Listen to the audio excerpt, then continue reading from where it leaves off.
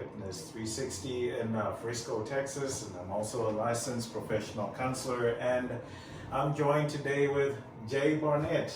All right, I'm going to let you introduce yourself, man, to everybody else. Good. I'm Jay Barnett, an LMFT here at Inside Fitness 360. All right. Okay, that's shorter than what I thought. Okay. But anyway, Yeah. today we're gonna just get to talking. I'm sure you've heard a lot from my colleagues and I and everyone around the country, all therapists, which I think we're doing a great job of keeping everybody informed, about the emotional toll of this crisis that we're dealing with today. Now, I just want to take a different step because we are aware, we've discussed things that we need to do in order to kind of work through this crisis. I wanted to take it a step further and talk with Jay here because Jay works with children here at Inside Fitness 360 and also around the country and internationally too. He's mentored a lot of young kids and he seems to be able to speak a language that they all understand. So, Jay, from working with kids, what are you seeing as some of the real challenges that they are facing? Because today I just want to detail some of those challenges. What do you think they are? Yeah, I think, Ricky, most of the challenges is just really the interruption of their routine.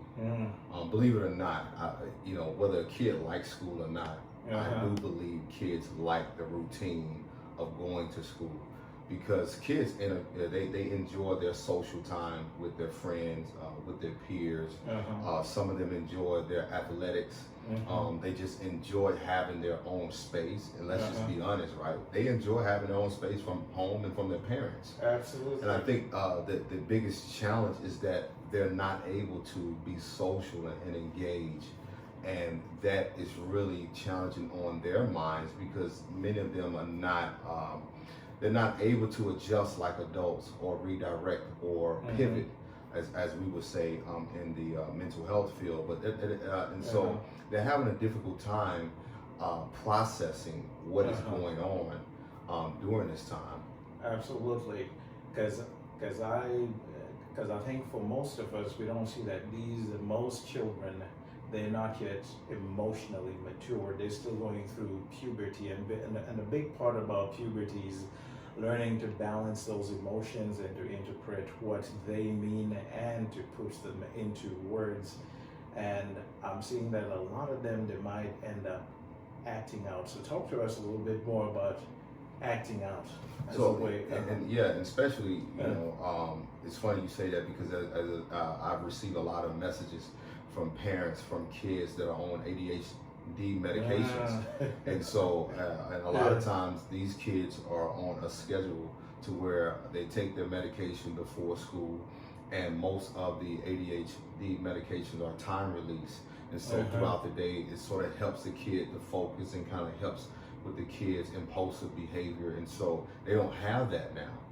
And so there are more outbursts, there are more rants, more, in some cases, altercations, whether they be physical or verbal. And so it's just a lot because it's a lot to manage, not only for the parent, but for the child, because there's no outlet and then there's no actual structure for the kid. And that's why I have encouraged many parents to kind of create a new routine, a new regime. And I know that they don't have school per se, but they can kind of create some order to kind of limit the outbursts and the acting out because, as you said, these kids, they're kids, and so they don't know how to process their emotions and feelings. And for many of them, we're seeing behaviors result in anger and frustration. Yeah, and just to build up on that, because a few weeks ago, and we continually hear that child abuse cases are on the rise, and I think a lot of it is this frustration and this anger that's building up with parents and the kids being overwhelmed and acting out, and so everybody from both ends, and they're in the house together. What do you have to say about that? Because I thought that was pretty sad. Yeah, and it's very sad and very unfortunate, and to be honest, for many kids, home is not a safe place. And not every parent is engaged or connected to their child. And now parents are being challenged in that area, and some may feel forced. And so anytime you feel forced, there is, a level of frustration that you have because you have relied on the school to do the rearing and the guiding for you. And now you're actually having to be a parent.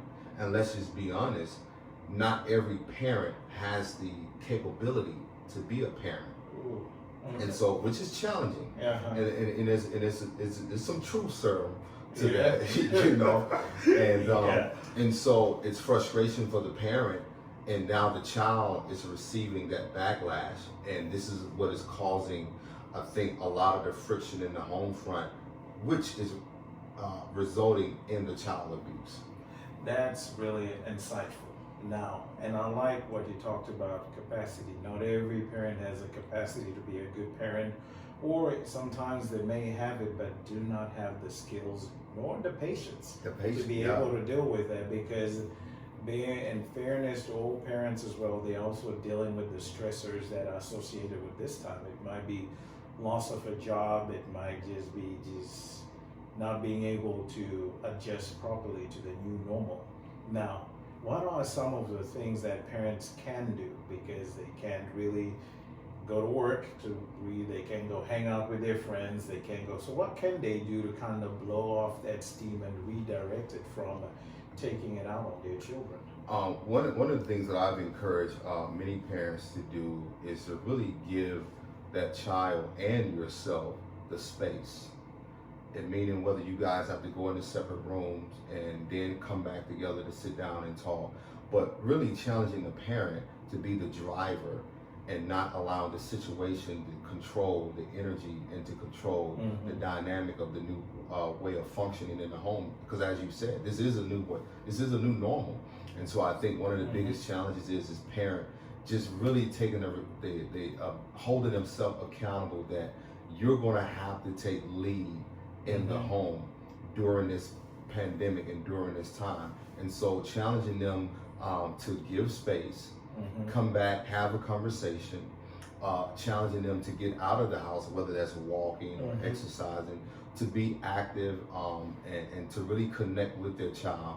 Because as you said, many parents work, life, their jobs, their relationships, and different things do come in the way sometimes of how they're able to really engage and interact with their child. Okay, that makes a lot of sense. So I'm hearing it just try to adapt to the new normal and create a new routine and just change up the things that you're doing. And yeah, that really makes sense. Now, with that, because I understand that parents are having challenges, I just want to talk about some stats that I heard now on the parental level in regards to domestic violence. And now we're hearing that domestic violence calls on the increase. Seattle, 21% calls increased. And we're talking about San Antonio, another 21% call increase.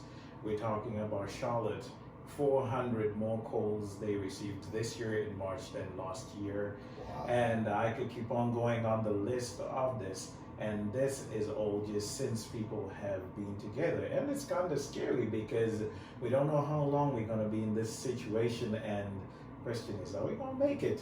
Or what could be going on what's making all these calls and all this violence go up? I don't know. What are your thoughts on that? You should have to take a deep breath. Oh, yeah. It's,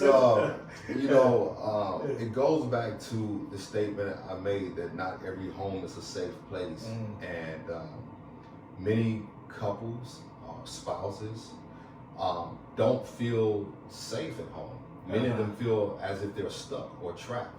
And I think that needs to be some reflection on not only the relationship, but just on the union together or the dynamic of that family. And because really the family unit is the husband and wife, to really reassess and reevaluate just if you feel trapped with your husband or with your wife, and you feel stuck at home and you don't feel safe with these individuals, there's a lot to be said on that side. On the other end of that spectrum, going back to what we said about parenting, right? There's a lot of people who've gotten married or they're in a relationship and they truly lack the capacity to serve one another in times and moments like this.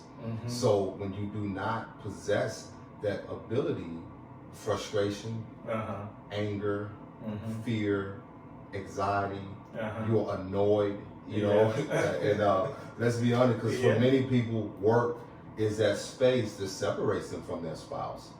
And that's not condoning, you know, or justifying any actions of domestic, but when you put people together who do not have the skill set to be able to manage the levels of stress during this time, you know, it's a ticking time bomb in some homes. I agree, and that's really sad. So what I hear you saying is work is serving as an emotional buffer for people to really deal with the issues. It's a distraction of what's going wrong at home, and now, without notice, everybody has just had to deal with everything. And they're having to deal with the reality of what the status of the home is, the relationship is, and everybody has to deal with it on short notice. So this sounds like a volatile situation, like you're saying, a ticking time bomb. So what are some of the things that people can do? Because you got kids here that are also struggling in this situation. You got parents struggling in this situation. That's a perfect chaotic storm that's just brewing. So what are some of the things that parents can do in this domestic violence front? Be honest, Ricky, man, I'm gonna push that one back to you. I mean, you know, I mean, you're married with a kid, and for me, it's just me. And of course, I can, but you know, I think as a parent, for one, I think you alluded to this, is really creating a new routine and developing a new normal.